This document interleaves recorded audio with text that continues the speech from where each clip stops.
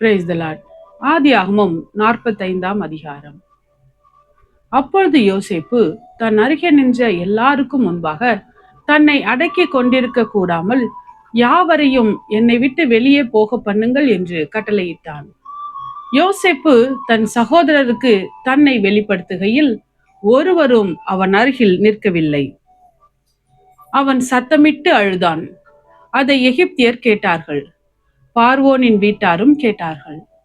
யோசேப்பு தன் சகோதரரை பார்த்து, நான் யோசேப்பு, என் தகப்பனார் இன்னும் உயிரோடே இருக்கிறாரா என்றான்.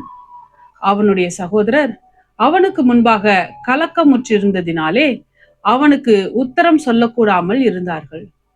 அப்பொழுது யோசேப்பு தன் சகோதரரை நோக்கி, என் கிட்ட வாருங்கள் என்றான்.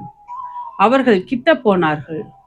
அப்பொழுது அவன், நீங்கள் எகிப்துக்கு போகிறவர்களிடத்தில் விற்று போட்ட உங்கள் சகோதரனாகிய யோசேப்பு நான் தான்.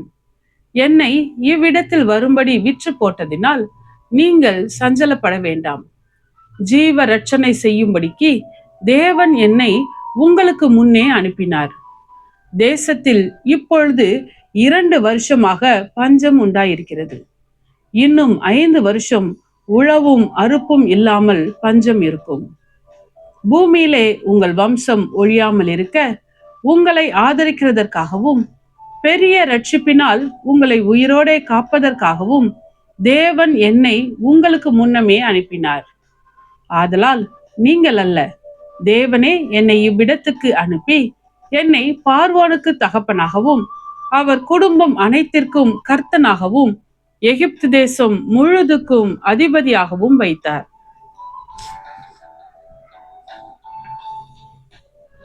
நீங்கள் சீக்கிரமாய் என் தகப்பனிடத்தில் போய், தேவன் என்னை எகிப்து தேசம் முழுதுக்கும் அதிபதியாக வைத்தார், என்னிடத்தில் வாரும், தாமதிக்க வேண்டாம்.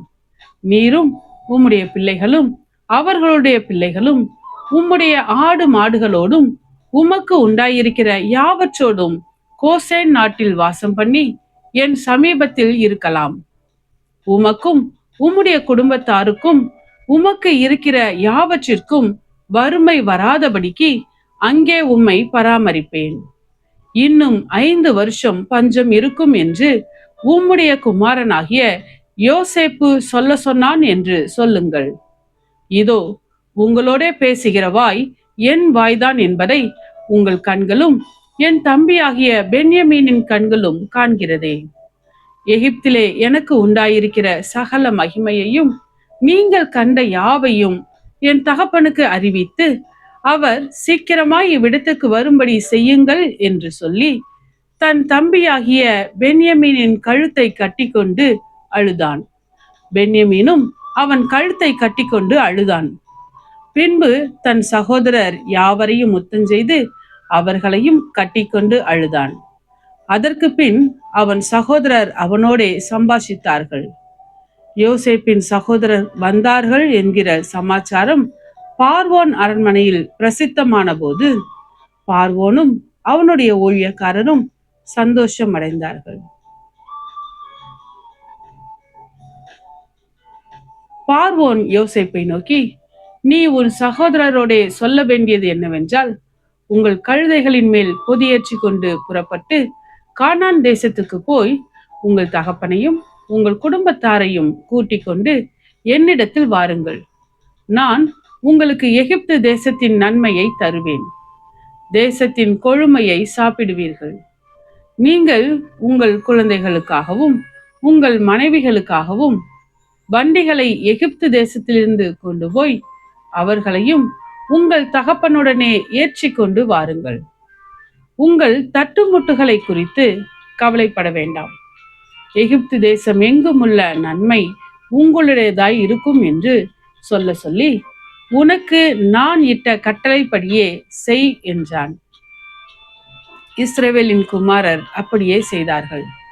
யோசேப்பு பார்வோனுடைய கட்டளைகளின்படியே அவர்களுக்கு வண்டிகளை கொடுத்ததும் அன்றி வழிக்கு ஆகாரத்தையும் அவர்களில் ஒவ்வொருவனுக்கும் மாற்று வஸ்திரங்களையும் கொடுத்தான். பென்யமீனுக்கோ 300 வெள்ளிக்காசையும் 5 மாற்று வஸ்திரங்களையும் கொடுத்தான்.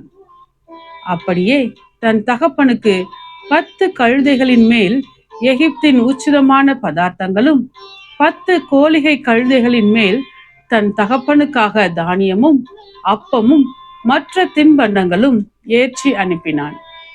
மேலும், நீங்கள் போகும் வழியிலே சண்டை பண்ணி கொள்ளாதிருங்கள் என்று அவன் தன் சகோதரருக்கு சொல்லி அனுப்பினான். அவர்கள் புறப்பட்டு போனார்கள்.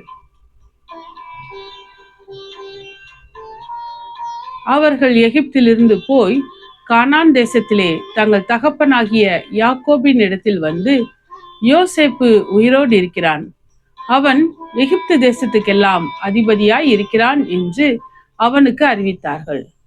அவன் இருதயம் மூர்ச்சை அடைந்தது. அவன் அவர்களை நம்பவில்லை.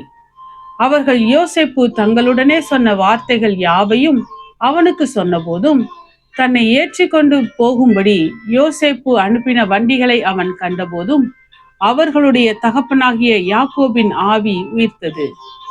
அப்பொழுது இஸ்ரவேல், என் குமாரனாகிய யோசேப்பு இன்னும் உயிரோடு இருக்கிறானே, இது போதும், நான் மரணம் அடையும் முன்னே போய் அவனை பார்ப்பேன் என்றான். ஆமென். கர்த்தாவே, உம்முடைய வசனம் என் கால்களுக்கு தீபமும் என் பாதைக்கு வெளிச்சமுமாய் இருக்கிறது. இருளான என் வாழ்க்கையிலே வெளிச்சமாய் நீர் தந்த வசனத்தை தினமும் படித்து வாழ்வில் இடராமல் நடப்பேன்.